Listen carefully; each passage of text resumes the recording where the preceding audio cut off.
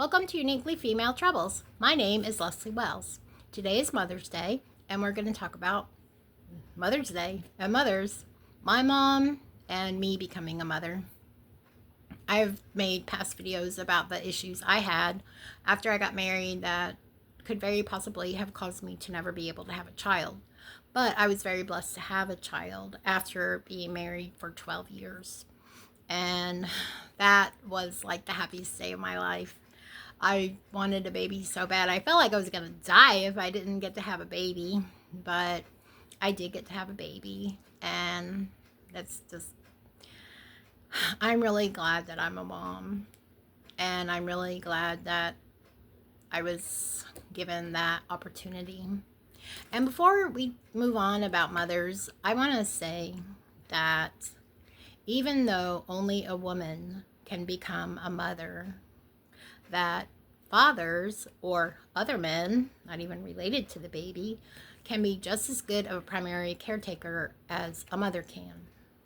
And you also don't have to give birth to the baby to be the baby's mother. And I mean, that's been proven over and over and over again by adopted babies that have been adopted and taken so well cared for, and foster mothers. I mean, there's all different people that can be mothers other than just the person that had the baby in their uterus before the baby was born. And I want to acknowledge all primary caretakers, male and female, of children, because it's a very hard job, very complicated, none of us can do it perfectly, not by a long shot. But people with good intentions and people that are trying to do it as best they can are a great blessing to a child. So I want to tell you about my mom. I spent the day with her today, and I am one of the very blessed people who is 63 years old that can still go hang out with my mom at her house. And I did that today, and we just have such a good time talking to each other. I mean, my mom is my best friend and my mom, and I feel so blessed that I have this kind of relationship with her. And first, I want to tell you a little bit about who she is. She was born in 1940 in Boone County, West Virginia, kind of out in the country, on a little farm in a mountain, and she grew up there. And she was so smart that she skipped a grade, and she ended up graduating high school when she was only 16. And then she moved to the big city of Charleston, West Virginia, and moved in with her sister who lived there, who was a widow and had 2 children. And she went to school there, like a secretarial school. And we were talking today about both of us how much we regret not going to college. She regrets not going to college. I regret not going to college. I didn't go because of the teachings of William Branham, and she didn't go just basically because of the culture at the time. It wasn't emphasized that women should go to college now, but she was so smart that she could have done great in college, and it's really such a shame. So she ended up getting a job at a drugstore, and somebody else who worked in that drugstore as a delivery boy was my dad. And they met and they started dating, and they ended up getting married. And after they were married for 3 years, they had me. I was the oldest child. And I don't even remember living in West Virginia, because when I was 2, we moved to New Jersey. And my dad got transferred there from West Virginia, and all of a sudden they lived right across the river. We lived right across the river from New York City, which is very exciting. And so I do have many memories before I started kindergarten. I started kindergarten 2 weeks before my 5th birthday, because that's the way the law at that time in New Jersey was, that if you were born in September, you could start kindergarten that year, or you could start the following year. And my parents chose for me to start that year, so I wasn't quite 5 when I started. And I have so many memories of even before I started school. Like, I remember I would wake up in the morning and I would go get in bed with my mom if my dad was gone. My dad worked shift work. So depending on what shift he was working, he might be there when I woke up or might not be there when I woke up. And so but if he wasn't there, I would go get in bed with my mom and she'd be trying to get 5 more minutes sleep or 10 more minutes, and I'd be crawling all over her. And she always said that my elbows and my knees were really sharp, and I thought that was so funny.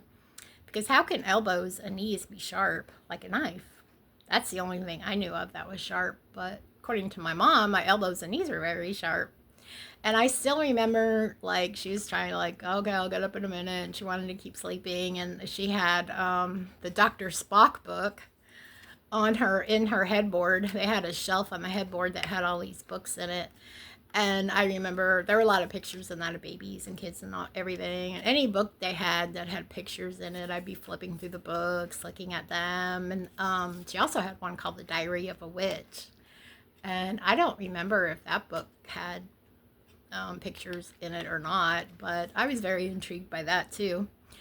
But eventually she would get up after I kept bugging her, not letting her go back to sleep.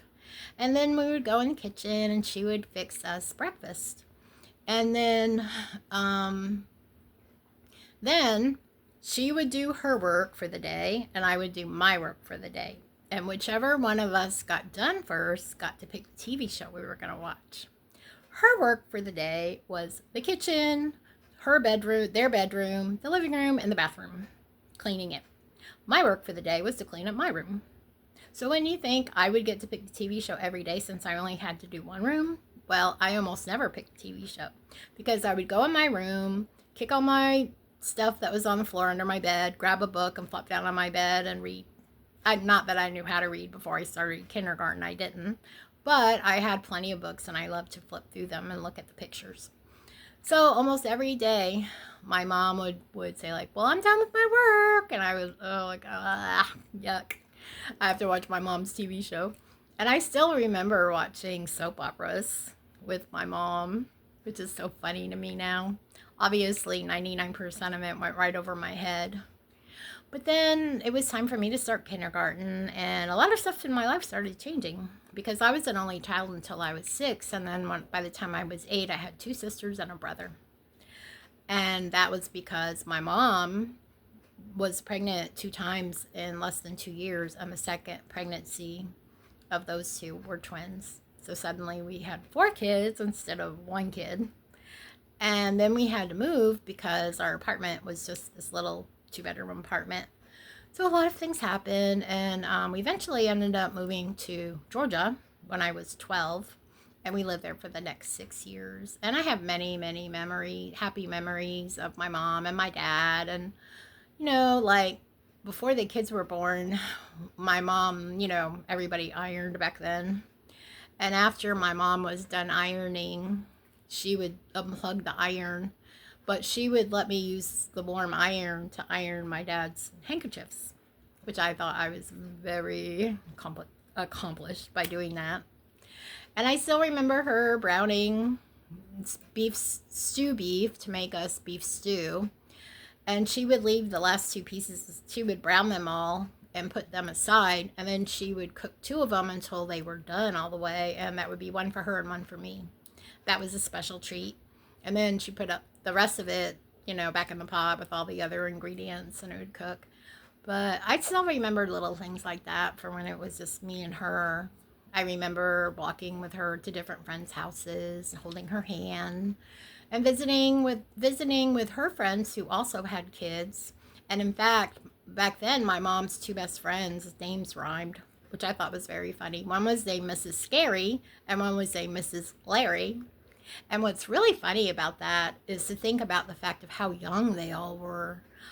My mom was 21 when I was born. And here I am. I'm 63.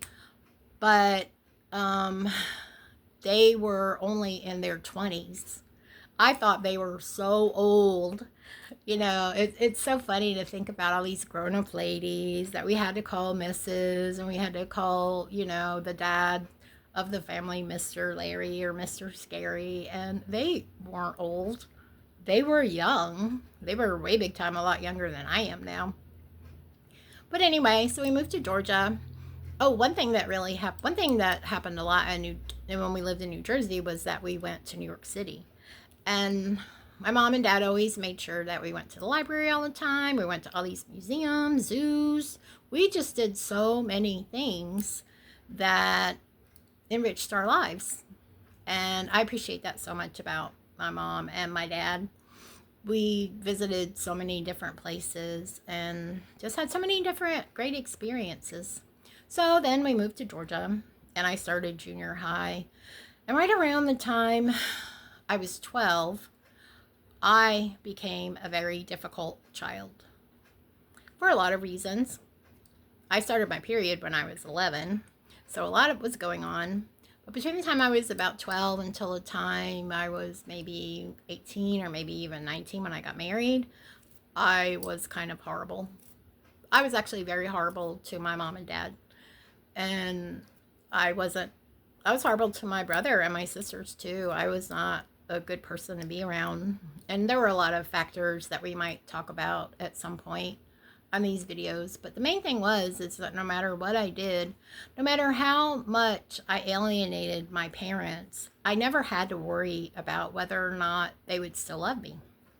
And I think part of that was actually what gave me the freedom to be as totally bratty as I was, because I knew there was no way they would ever kick me out.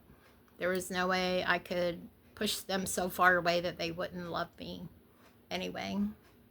And even below all those layers of brattiness and defiance and all of that stuff, there was a bedrock of love. I knew deep, even though in my mind, I don't think I ever said out loud where they could hear it, I hate you. But I thought it all the time.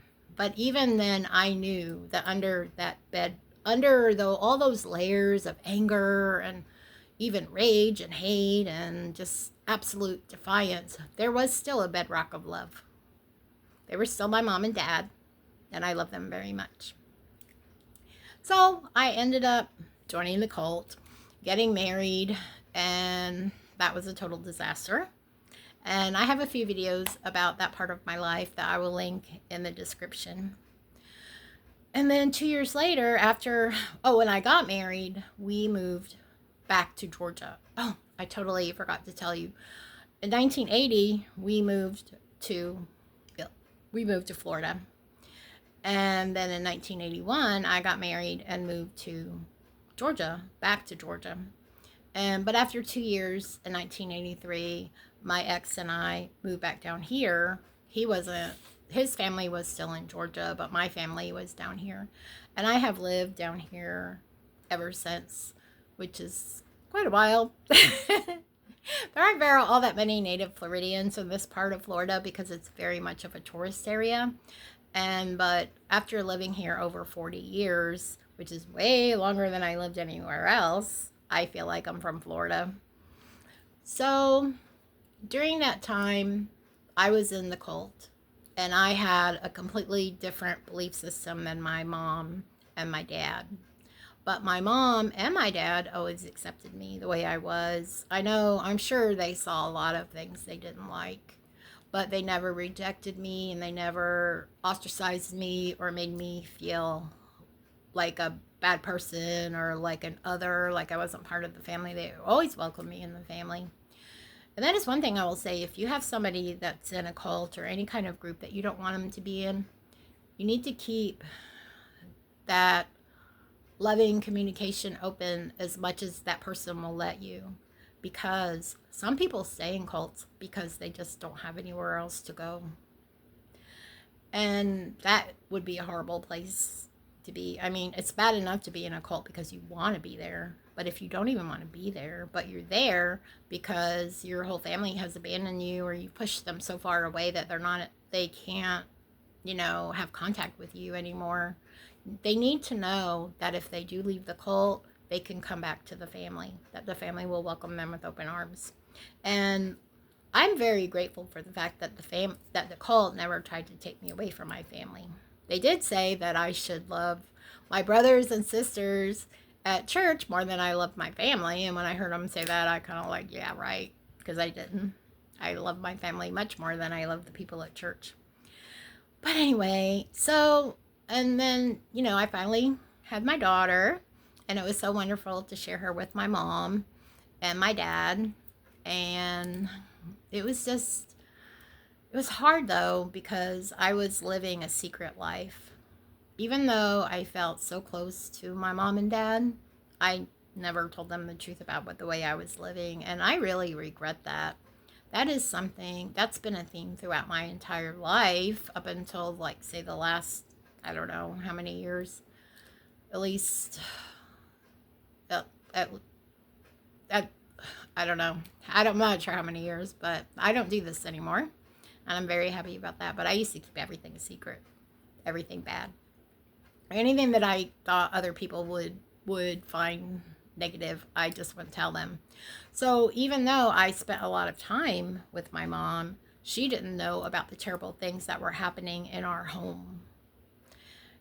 But then I ended up going to therapy, and I ended up doing a lot of things. I ended up taking my daughter and moving in with my mom and dad and moving out of the home with my ex. And that was the second best thing I could have ever done, and something that I am very, very happy. And what's interesting about it is that I never even asked my mom and dad if we could move in. I just knew we could. I didn't have to ask them, can we move in with you guys? I knew I had a home with them. Even after all those years, I moved out when I was 19, and I moved back in when I was 43.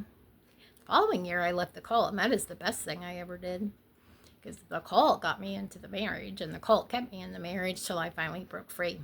So the age of 43 and the age of 44 are very important years to me, because those are the 2 years when I broke free from the bondage of the marriage and the cult.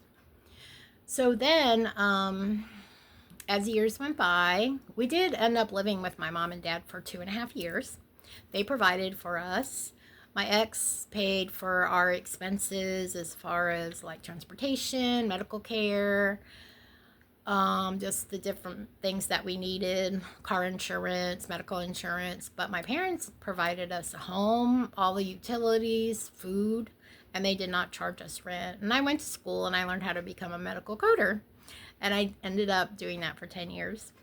So in 2005, I was able to buy the house that I still live in and that I love. And eventually, my mom and dad both retired. And that was really nice for me, because I got to spend a lot more time with my mom and my dad. But today is about my mom. And I will say this, my mom is my best friend, and I love her so much. And one thing I will say, too, about my mom and my dad is that I never felt like I was limited because I was a woman. The cult limited me. In fact, the leader of the cult, William Branham, said that if a woman is out of the kitchen, then she is out of her place. But the way I was raised is I could do anything I wanted. The fact that I was a woman and female had nothing to do with anything as far as what I could accomplish in this world. And that's the way it should always be. Girls should not be limited, and I was never limited by my family. And yeah, the other kids grew up, of course, and they're all doing well and have successful careers. And it's just, the family, we're just a really happy family, and we have and enjoy spending time together. And that is such a blessing, because a lot of people can't say that. And a lot of that is because of my mom, because she creates such an accepting atmosphere, and such a atmosphere of just acceptance and love and patience and understanding. I now that all the kids are grown up, I can't even remember seeing her lose her temper. So that is pretty amazing. And so at this point in my life, I am able to hang out with my mom and spend time with my mom. I talk to my mom on the phone every day, and I love her so much, and I'm so grateful that she's my mom. And I just want to say, I love you, Mom, and thanks for being my mom. Thanks for putting up with me through all those horrible teenage years. and holding on probably by the skin of your teeth, waiting for it to end, but it finally did end. And thanks for letting me know that no matter how upset we all got about everything, that you were always going to be there for me. I love you very much. Thanks for being my mom. Bye.